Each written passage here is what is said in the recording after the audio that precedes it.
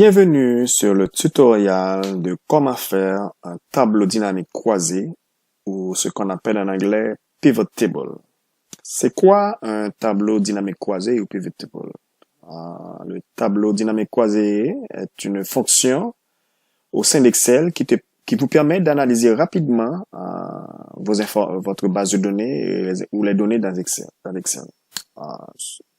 Supposons par exemple que j'ai un fichier Excel comme ça, où je suis le nombre de personnes de ma compagnie qui ont suivi une formation.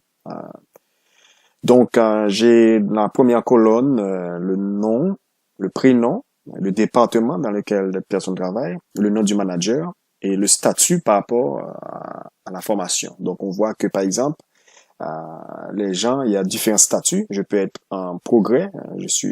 Par exemple, je vois que à Lyon, Sylvia a commencé sa formation. Par contre, je vois que certaines personnes n'ont pas encore commencé. Donc, supposons que je vais avoir des informations pour savoir le nombre de personnes qui sont soit dans un statut progrès ou qui n'ont pas encore commencé. Mais je vais pas me mettre à courir dans toute ma base de données à compter un par un le nombre de cas, étant donné que j'ai beaucoup d'informations. Donc, imaginez, là, j'ai 150 personnes que je suis. Donc, imaginez si ma compagnie avait au moins 400 ou 300 personnes et que je voulais savoir le nombre de personnes qui ont suivi, qui ont déjà commencé la formation ou qui sont en statut progrès. En d'autres mots, je pourrais avoir également un type de tableau comme ça où j'ai le nombre de personnes que je suis. Par exemple, j'ai 59 personnes dans ma compagnie et je voulais savoir le nombre de personnes qui ont commencé la formation ou le nombre de personnes qui n'ont pas encore commencé la formation et aussi par département. Donc, je peux rapidement générer ce genre de tableau-là avec pivot table ou tableau dynamique croisé en utilisant Excel. Donc, on va faire cet exercice ensemble pour voir comment on arrive à ce genre de tableau-là. Deux choses à savoir lorsqu'on fait le tableau dynamique croisé, c'est que il faut toujours que toutes mes cellules soient remplies. Il faut pas avoir de cellules vides dans mon tableau. Et la deuxième chose, il faut que les informations soient organisées sous forme de colonnes. Ici, j'ai 4 colonnes, et le nom, le prénom, le département, le nom du manager et le statut. Et chaque ligne représente un cas, c'est-à-dire une personne. Donc, il faut toujours que mon tableau soit organisé, en fait, mon fichier Excel soit organisé comme ça. Et le troisième principe, qui est plus important, il faut que toujours cette information soit mise sous forme de tableau. Et je vais rapidement vous montrer comment mettre ça sous forme de tableau. Pour mettre ça sous forme de tableau, il faut cliquer à l'intérieur de la plage de données où on veut que Excel reconnaisse ça comme tableau. Donc ici, on clique ici. Il faut jamais cliquer, par exemple, je ne dois pas cliquer à l'extérieur où il n'y a aucune information. Et donc, il faut toujours cliquer, mettre le curseur à l'intérieur où il y a une plage d'information. Et je clique, par exemple, sur Insert ici, et je clique Table. Je le fais encore. Donc, si mon curseur était à l'extérieur, je le mets à l'intérieur de ma plage de données où je veux analyser. Ensuite, je clique sur Insert. Ensuite, dans Insert, je clique Table. Immédiatement, Excel reconnaît la plage de données par défaut que je veux analyser. Et vous pouvez descendre, vous allez voir que Excel a pris toutes les données comprises dans cette plage-là. La deuxième chose à regarder aussi, c'est que ici, il faut, si votre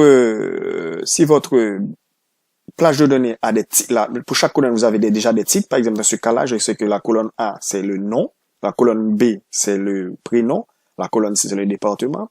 Donc, je sais que ma plage de données, pour chaque colonne, j'ai déjà un nom associé à la variable. Donc, il faut toujours dire, il faut toujours checker ici, my table has headers. Ça, c'est dans headers. C'est-à-dire que chaque colonne a déjà un nom. Si, dans le cas, j'avais pas un nom, j'avais pas des headers, donc, j'allais laisser ça vide et Excel allait prendre automatiquement la première ligne comme le header pour le nom de chaque colonne. Mais étant donné que j'ai déjà un nom pour chaque colonne, je dois checker ça.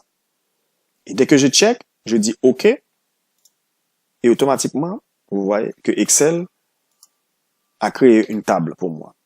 Et la chose la plus intéressante, c'est que, vous regardez ici, au fur et à mesure que je descends dans ma colonne, la première, le header est automatiquement reconnu. Donc, je peux descendre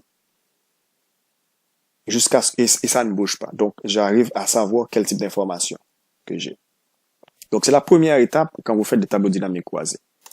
Maintenant, une fois que vous avez mis votre base de données sous forme de tableau, vous allez créer votre tableau dynamique.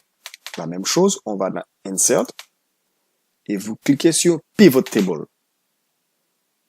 Cliquez sur Pivot Table et automatiquement, Excel ouvre une deuxième fenêtre où vous allez rentrer les informations.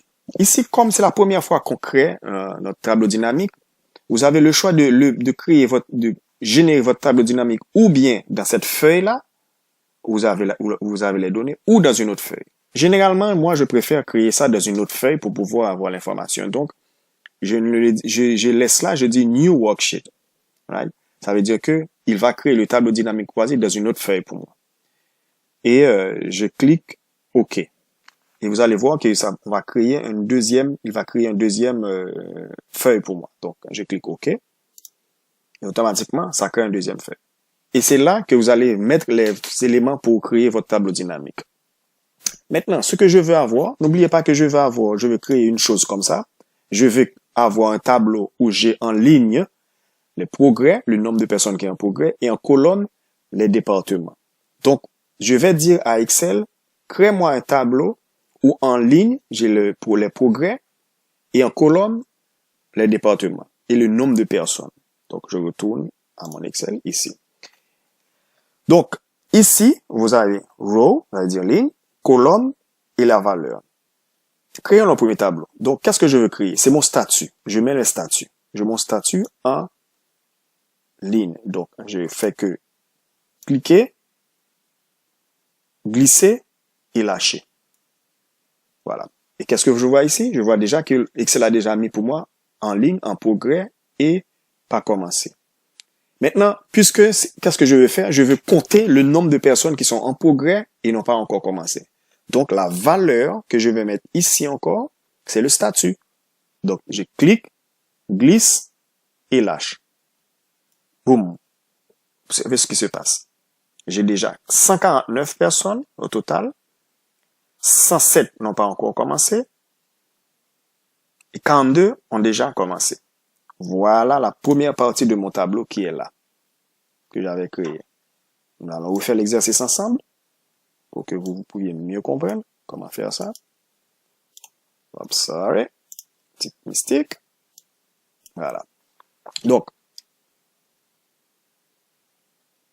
je vais delete ça comme ça pour vous. Et puis comme ça, on va le recommencer. Voilà. Donc, on est arrivé au stade de mettre tableau. Pour mettre mon pivot table, je clique Insert. Clique Pivot Table. Comme je veux mettre mon nouveau tableau sur une nouvelle feuille, je clique Worksheet, je le laisse là et je dis OK. Excel me crée le nouveau tableau.